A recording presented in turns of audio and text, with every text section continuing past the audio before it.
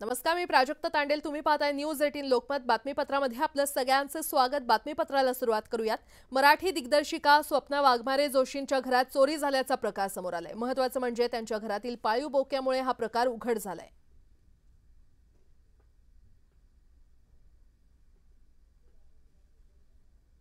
स्वप्ना वाघमारे जोशींच्या 6व्या मजल्यावरील घरात मध्यरात्री 3च्या दरम्यान चोर शिरला.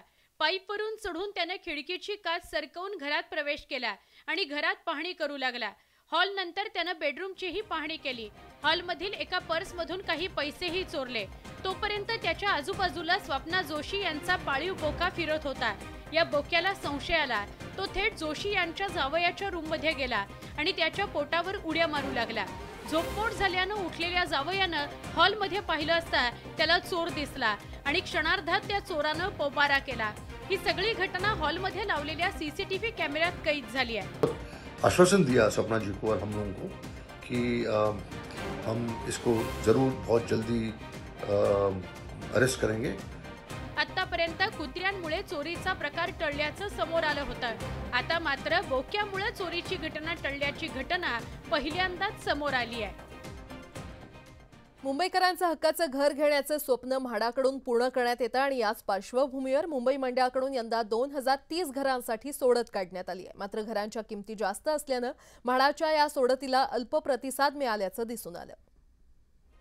त्यामुळेच या सोडतीला मिळालेल्या कमी प्रतिसादानंतर म्हाडाकडून खासगी विकासकांकडून निर्माण केलेल्या घरांच्या किमतीत 10 ते 25% कपात करण्यात आली आहे. राज्याचे गृहनिर्माण मंत्री अतुल सावे यांच्याकडून ही घोषणा करण्यात आली. अत्यल्प उत्पन्न गटातील घरांची किंमत 25% कमी होणार. अल्प उत्पन्न गटातील घरांची किंमत 20% कमी होणार. मध्यम उत्पन्न गटातील घरांची किंमत 15% कमी होणार. उच्च उत्पन्न गटातील घरांची किंमत 10% कमी होणार. त्यानुसार 370 घरांच्या किमती कमी होणार आहेत. सर्वसामान्यांच्या आवाक्याबाहेर गेलेल्या घरांच्या किमती कमी करण्याचा म्हाडाचा प्रयत्न आहे.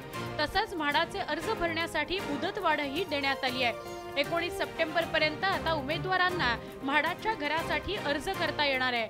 त्यामुळे म्हाडाच्या अर्ज करणाऱ्या नागरिकांना दिलासा मिळाला आहे.